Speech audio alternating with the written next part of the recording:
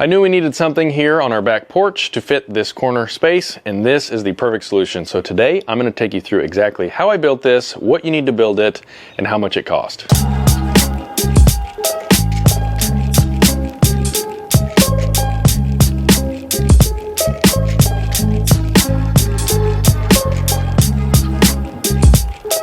There are only two criteria that I want to hit on this bench. Number one, I want it to be easy. And trust me, if I can do it, you can do it. And number two, it's got to be affordable. My goal is to keep this entire thing, minus the cushions, under $100. Let's do it.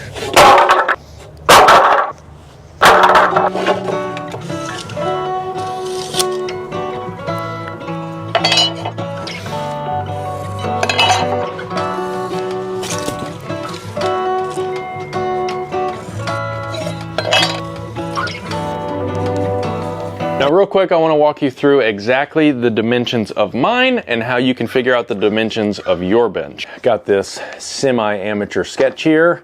Pretty impressive, I know. So basically this entire project is going to be determined by the cushions that you pick out. Now my cushions I have for this project are 48 inches long by 18 inches wide. And so basically that 48 inches by 18 inches wide is going to determine how big the top is of this thing right here. So the top is going to be the exact same measurement of your cushions. Now if you're just doing a straight one section bench, that is perfect, that is fine. I have this L-shaped and I couldn't find a cushion that went all the way here. So I had to get an extra little guy here, which is an extra 20 inches. So this section right here is 48 inches long.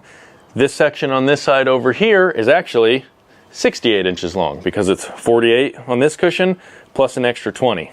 That makes the L shape. Once we have the dimensions of our top figured out, I wanted a 1/2 inch overhang on this thing, so that way I have enough room to get my fingers on here and actually lift the top up. Take away another 3/4 inch for trim and 3/4 inch for the actual facing of the base, and that is 1.5 inches. Thanks, math. And then that is actually going to give you the dimensions of the base that you're making. The top minus 1/2 inch for an overhang, minus 3/4 inch, minus 3/4 inch is 2 inches. And trust me, 2 inches is huge.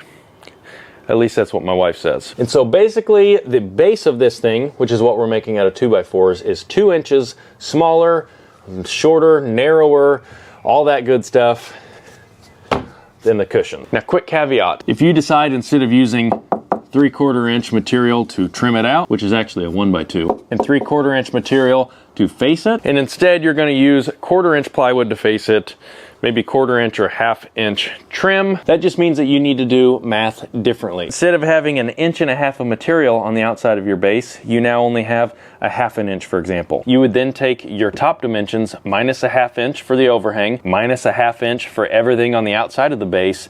That gives you 1 inch. I hope that makes sense. I hope that works for you. If you have any questions, please leave them down in the comment section below. But with that, let's get to the build.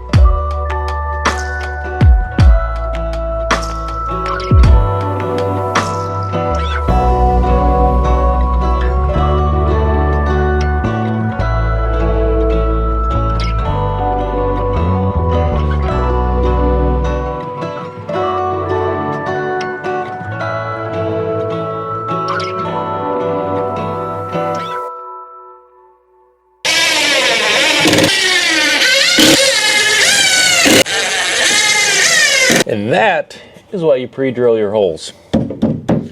Dang it.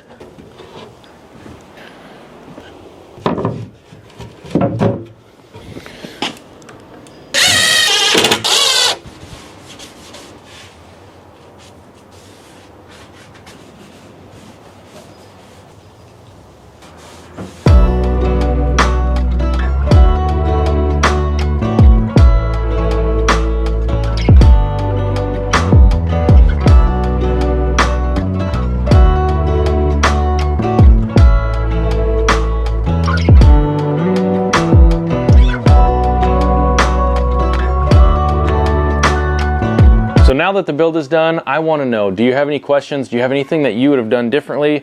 Please leave them in the comment section down below. Now keep in mind, if you're building this for inside, your dining room, your living room, whatever, this is a perfect way to do it. Also, if you're in a covered area, just like I am, again, perfect way to do this. But if you're going to be putting this somewhere outside where it's going to be rained on, snowed on, make sure you weatherproof it. I would switch to treated lumber for the base, and then I would put multiple coats of some sort of polyurethane or sealer on top of this. That's all we've got, but I feel like we're still missing something. A coffee table.